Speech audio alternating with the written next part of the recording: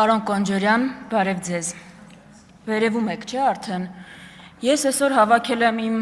մեջ եղած ամբողջ քաջությունը, հրաժեշտ եմ տվել տանեցիներին ու վախով եկել եմ ազգային ժողով, տեսնեմ այդ ինչ եք անելու, էլի։ Այսինքն որ երեք սպառնում էիք, որ ասում եք Հայաստանն ամբողջ խմբակցությունը ձեզնից վախենում է։ Ինչ եք անելու։ Այսինքն մարդկային համեստությունը ձեզ ծանոթ է մի քիչ։ Գիտեք ինչի է ԱԺ ռեյտինգը նաև այդ աստիճանի, որովհետև ախր մարդիկ նայում են, չէ՞, նիստերը։ Ու նայում են, լսում են ձեր ելույթները, ասում են՝ «Այ տղա ջան, ախր եթե ՊՊՑ-ն քո իշխանության ձեռքի տակ չլիներ, ամբողջ ուժայինները, ոստիկանությունը, բանակը, դու տենց ելույթներ կարող էիր ունենալ»։ Կլինի մի քիչ ձեզ համեստ պահեք։ Ձեզնից վախեցող չկա։ Հետաքրքիր է ինչ եք անելու։ Հիմա անցնենք մյուս թեմաներին։ Գիտեք, ինձ թվում է մենք մեր հայրենակիցներին այդուհանդերձ չենք կարողացել բացատրել Արեգնազ Մանուկյանի եւ Արտուր Սարգսյանի հետ կապված իրավիճակը։ Երբ մենք խոսում ենք Արեգնազ Մանուկյանի մասին, իմ գործընկերը այս ամբիոնից այսօր ասեց, որ իր 13 տարեկան աղջիկը չի կարող իրեն այցելել։ Պարոն Արտուր Խաչատրյան, կարող է, ոչ միայն չի կարող այցելել, չի կարող զանգել։ Չի կարող զանգել։ Եթե անգամ ենթադրենք, որ Արեգնազ Մանուկյանի վերաբերյալ ձեր բոլոր մեղադրանքները ճիշտ են, այդ հանցանքը անգամ գործվել է, եթե ենթադրենք, համոզված եմ, որ այդպես չի։ 13 տարեկան աղջիկը ձեր կողմից վերահսկվող հեռախոսակապով ինչու իր մոր հետ չի կարող խոսալ։ Դա բացի վրեժխնդրությունից անձնական, ուրիշ բացատրություն կարող է ունենալ։ Չի կարող ունենալ։ Ուրեմն ձերը արդարադատություն չի, վրեժխնդրությունը։ Արտուր Սարգսյանի մասով, մենք այդքան նաիվ չենք, որ մտածենք, չենք ասում ձեզ, Արտուր Սարգսյանին արդարացրեք, ասեք, որ անմեղ է։ Մենք տարական բան ենք ասում։ Սա 9-րդ, այո, կա տենց բան, սա 9-րդ գումարման խորհրդարանն է, այլ է, քան 8-րդը։ Այստեղ այլ մարդիկ են նստած։ Ինչի Արտուր Սարգսյանը չի կարող գալ այստեղ, դատախազը գա այստեղ, եւ Արտուր Սարգսյանի անձեռնմխելիությունը, որը պահանջում է օրենքը, հաղթահարվի նորից։ Արայիկ Հարությունյանը նոր է այստեղ։ Կարող է Արտուր Սարգսյանը համոզում է Արայիկ Հարությունյանին, որ ինքը անմեղ է եւ պետք չի իր անձեռնմխելիությունը հաղթահարել։ Վիլեն Գաբրիելյանը հետաքրքիր հարցեր եք տալիս դատախազին, այն ժամանակ չկար։ Կարող է համոզվում է, այլ ընդդիմադիր ֆրակցիա կա։ Դա օրենքի պահանջ է։ Բացի վրեժխնդրությունից, այլ պատճառաբանություն կա, ինչու դա դուք չեք անում։ Չէ, որովհետև ձեր արդարադատություն չի, վրեժխնդրությունը, դա է ամբողջ խնդիրը։ Հիմա ես Վահագն Ալեքսանյանի ելույթը ինձ օգնեց վերջապես ձևակերպել իմ տեսակետը, թե դուք ինչու եք այսպես վարվում։ Ժողովուրդ ջան, այդ սրճարանի պատմությունը, որ ամենատարածված պատմություններից է, ում չի եղել անգամ պատմում են այդ պատմությունը։ Մենք չենք հերքում, որ Հայաստանում նախորդ տարիներին անցյալում եղել են արատավոր դեպքեր, նման դեպքեր էլ վստահ եմ եղել են, շատ վատ բաներ են եղել, մենք նորանկախ պետություն ենք եղել, չկա որևէ նորանկախ պետություն, որը այդպիսի դժվարությունների միջով, այդ թվում արտոնյալներ, այդ թվում բդեժխի վարքագիծ ունեցողներ չի անցնում, չկա այդպիսի պետություն, ցույցերի մասնակցությունը ձեր մենաշնորհը չի եղել։ Միջին ստատիստիկ հայկական ընտանիքում իր բոլոր դժվարություններով մենակ դուք չեք ծնվել, դուք չեք մենակ դժվարություններ ունեցել, բայց ձեր ու մնացածի տարբերությունը այն է, որ մենք օրինակ չենք չարացել այդ դժվարություններից, չենք սկսել ատել այս պետությունը ու հասարակությունը,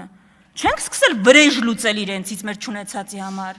մեր չունեցածի համար չենք սկսել ատել նրանց, ովքեր ունեն, հակառակը մտածել ենք, ուրեմն ավելի շատ է պետք աշխատել, ավելի մեծ ջանք է պետք գործադրել։ Դա է խնդիրը։ Ձեր վրեժխնդրությունը սպանում է այս պետությունը։ Հասկանում եք։ Դուք օրինակ Հարավային Կորեայի զարգացման օրինակ ուսումնասիրել եք, այդ պետությունը ո՞նց է թռիչքաձև աճ ապահովել։ Իր ազգային կապիտալի հաշվին, իր ազգային կապիտալի վրա հենվելով։ Հիմա եթե Արեգնազ Մանուկյանը դուրս գա բանտից եւ ձեզնից որևէ մեկի հետ զուտ վրեժխնդրությունից դրդված վարվի այնպես, ոնց որ իր հետ են վարվում, դա վատ բան է, դա վատ է, այդպես պետություն չենք կառուցի, այդպես չպիտի լինել։ Ընդհանրապես ձեր դեմ պայքարի ամենակարևոր հիշեցումը այն է, որ հանկարծ մենք ձեզ չնմանվենք։ Մենք ձեզ չնմանվենք, որովհետև այնքան հեշտ է հրեշի դեմ պայքարելով հրեշավոր երևույթների դեմ ինքդ դառնալ դրա կրողը։ Դուք դրա վառ, ամենավառ օրինակներն եք։ Հիմա իմ կարծիքով մի դրվագել կա, որ դուք բաց եք թողում ամենամեծ ողբերգությունը ձեր կառավարման տարիների։ Ժողովուրդ, ամենամեծ խնդիրը, որը դուք բաց եք թողում, այն է, որ Հայաստանի պատմությունը միջև ձեզ եղել է զարգացման պատմություն, դանդաղ տեմպերով, բայց եղել է գնալով առաջընթաց ապրող պետության պատմություն։ Մենք ձեր օրոք, այ հիմա, սկսում ենք տեսնել նենց բաներ, որ մեկ էլ 90-ականներին ենք տեսել։ Դուք այդ ռեգրեսը չեք զգում, դուք չեք զգում, որ ընտրություն եք կազմակերպել, որը հիշեցնում է 90-ականների ամենավատ ավանդույթները։ Այդ ռեգրեսը դուք ինձ թվում է իսկապես չեք տեսնում, բայց Հայաստանը բերել հասցրել եք, ոչ թե պրոգրեսը դանդաղել է, կանգ առել, ռեգրեսն է սկսել, ու դա եղել է մենակ անվտանգայինը չէ, մենակ տնտեսականը չէ, ամեն համակարգային, ամեն առումով, այդ ռեգրեսն է, որ պետք է կանգնացնել, բայց ես իսկապես կարծում եմ, այս խորհրդարանի գլխավոր խնդիրը Հայաստանի կարևորագույն հարցերից մեկին պատասխանելն է։ Դուք ամենաշատը, այո, ինքնիշխանություն բառը օգտագործած քաղաքական ուժն եք։ Ժողովուրդ, ես իսկապես զարմանում եմ, ձեր ինքնիշխանությունը ձեզ չի բավարարում պատասխանել պարզ հարցի, որտեղից է գալիս Հայաստանի սպառնալիքը, որ պետություններն են սպառնում Հայաստանին, որ պետությունների դեմ են գուցե մենք զինվում, բանակը, արդիական, առաջնային սպառնալիքները որոնք են, այդ ինչ ինքնիշխանություն է, որ չի բավարարում ասելու դա։ Եթե դուք ինքնիշխանությունը հասկանում եք որևէ պետության դեմ հայտարարություններ անելու կարողությամբ, հակավրացական հայտարարություն արեք մի հատ, տեսնեմ առանց հետևանք կարաք այդպիսի հայտարարություն անեք, հակավրացական օրինագծի դեմ քվեարկեք օրինակ, դա հետևանք չի ունենա ձեր դեմ, իսկ ձեր, ես չգիտեմ ինչին եք զարմանում, կգաք ձեր զարմանքը այստեղից կարտահայտեք, դա ինքնիշխանություն չի, այդ ինքնիշխանության հետ կապ չունի, այդ կապ ունի ուրիշ ուժային կենտրոնի գործիք դառնալու հետ, ձեր ամբողջ խնդիրը էն է, ուրիշ, ես իմ օրինակով մենակ գիտեմ Հայաստանի շահերը սպասարկելը ոնց կարող է լինել, ձեր օրինակներով մի կիսվեք, ժողովուրդ ինչի ոգևորվեցիք էլի, հիմա, ժողովուրդ, ես գիտեմ, որ իմ ելույթները ձեզ ոգևորում են, հիմա, խնդիրը ձեր էն է, որ օրինակ մենք խնդիր չունենք ողջունելու Եվրոպական միության որևէ հայտարարություն, բանաձև, որը բխում է մեր շահերից, շատ լավ է, եթե որևէ երկիր, որևէ ուժային կենտրոն ընդունել է մեր շահերից բխող բանաձև, պետք է գտնել շահերի հատման կետը և համագործակցել այդ կետում, դուք խնդիր ունեք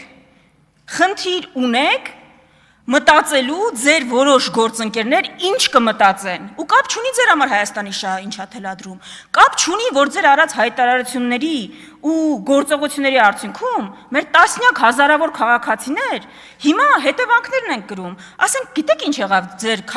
տնտեսական քաղաքականության հետևանքը, որի արդյունքում հիմա մենք օրինակ արգելք ունենք ձկնամթերքի արտահանման, օրինակ հարևան Վրաստանում իշխան ձկի արտահանումը դեպի ՌԴ հասավ պատմական մաքսիմումին, մենք երբ որ ասում ենք, որ դուք շահեկան եք բոլորին բացի հայ ժողովրդից, սա ենք ասում, հարևան Վրաստանը մեր բարեկամ երկիրն է, բայց կներեք, այնքան բարեկամ չի, որ մեր հարկատուների հաշվին մեր կառավարությունը իր օգտին գործի, մեր կառավարությունը մեր ժողովրդի օգտին պիտի գործի, ու ամբողջ խնդիրն է մեր քարոզարշավի ամբողջ ընթացքում, օրինակ Մարտունիում, տասնյակ քաղաքացիներ մեզ մոտենում են, ու ասում են, որ հենց ամենօրյա կյանքը օրինակ Ռուսաստանի Դաշնությունում խանգարվել է, դժվարությունների են հանդիպում ձեր արած հայտարարությունների պատճառով։ Հիմա, Լուսինե Բադալյան, զուգար բանավեճ, ինտերակտիվ։ Կին Բադալյան լրեք։ Ես ինչի պիտի լրեմ, իմ ելույթի երթն է։ Բադալյանը չեք, դուք Վարդանյանն եք։ Հիմա, ամբողջ խնդիրը էս է, այսինքն դուք ինձ թվում է կապ ունեք բոլորի շահերի հետ, անկեղծ եմ ասում, ու ձեր այդ վեկտորների տատանումները այնքան հաճախակի են, ոնց որ Նիկոլ Փաշինյանի տրամադրության տատանումները։ Միակ սուբյեկտը, որի հետ դուք օրգանիկ կապ չունեք, ում շահերին ոնց գործում եք չի համապատասխանում ձեր գործողությունները, հայ ժողովուրդն է։ Հայ ժողովուրդը ու դաշնակցությունը նույն գծի մեջ են։ Միակ երկու երկրները, ում շահերին դուք երբեք չեք հակասում, ինչ գործողություն էլ անեք, Թուրքիան ու Ադրբեջանն են։